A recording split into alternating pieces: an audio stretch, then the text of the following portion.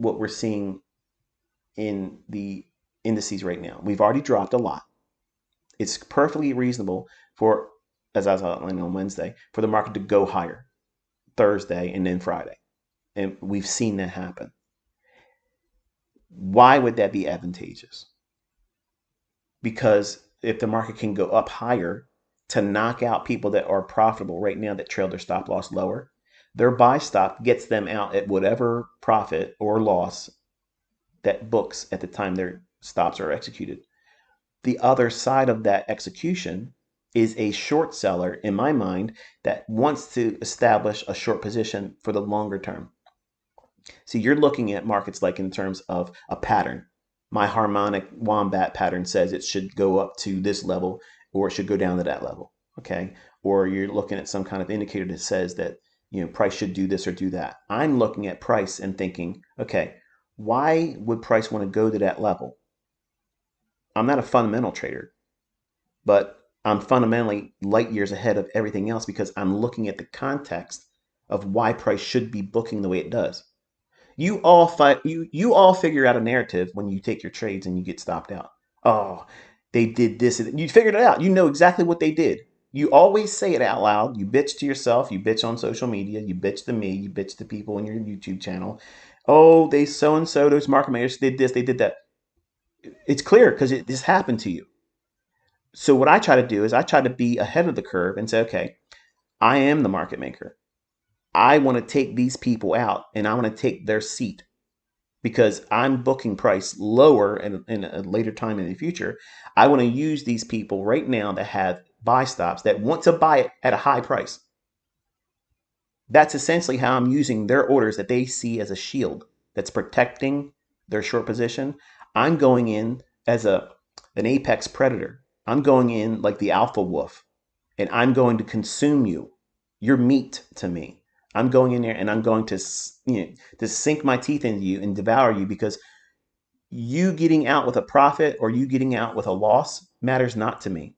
Your liquidity. That's all you are. You're just a meal. And I have to use you as a stepping stool to get to where I want to go. That's what market making is. That's exactly what it is. It's not allowing and facilitating trade. It's consuming. It's consumption. It's the survival of the fittest. The apex eating the lower ladder. That's what this market is. That's what it is. And there's a lot of fanciful ways to be able to try to sugarcoat it and make it sound, something that it's not. And then you wonder why everybody has a losing track record. They have an inability to find consistency or find a rhyme or reason in why price behaves the way it does or shouldn't do. Let me ask you a question. If you would have took that short in this area here, would you feel comfortable with it right now? It still could work. I'm not going to argue and say that it can't still drop. But I'm saying right now, if you were in that trade, and I'm sure quite some of you are probably in them, and you're thinking, damn it, I should have listened to ICT. Who knows? I might be wrong. It might just drop down here and go below this lower here. It could happen. I could be wrong. I'm completely accepting the fact that I might be wrong. I'm inviting it. I'm allowing for it this morning. But I'm also telling you one side. I don't see it that way right now. I think that they're going to use that 10 o'clock to run even higher for the purposes of sending it higher to sell short into, and in 2 weeks from now will be lower. That's how I'm trying to articulate the thought processes how I'm looking at price right now. Personally, if I would have used this pattern here to get short, it's highly unlikely I would have done it because these are too enticing. Like I think this is just asking, please come up here and take my buy stops. Please come on up here and let me get knocked out. Okay. Or traders that are seeing this as a bull flag, they have their buy stops here to be buying long. They want to go long there.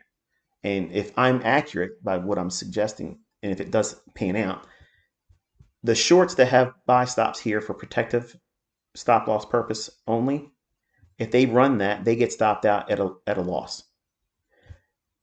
The folks that use this idea here as a bull flag, they have a resting buy stop to enter long, to get long, to be net long.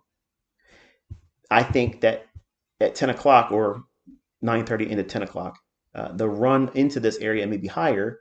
They will be in short-term unrealized profit that I think eventually would be a cause a reason for them. Let's assume that, say, these two lows here stay intact and we don't go lower than that prior to 9:30. Okay. Or if we drop down there at 9:30, then I would anticipate price then reaching up here post 9:30. But assuming these stay the same, okay, and in 9:30 we run higher here, that trips in the retail traders that use a breakout strategy to go long. So their buy stop is their entry mechanism. That's their order to get in, not a protection behind a short position. It's an entry for a long position. They would be allowed to be in unrealized profit, but if they use the idea that I'm outlining here, and I might be wrong, it could just keep on going higher or never go up here at all. But in my mind, I'm thinking even if they get in, they will have a short lived objective. And if it starts ripping up to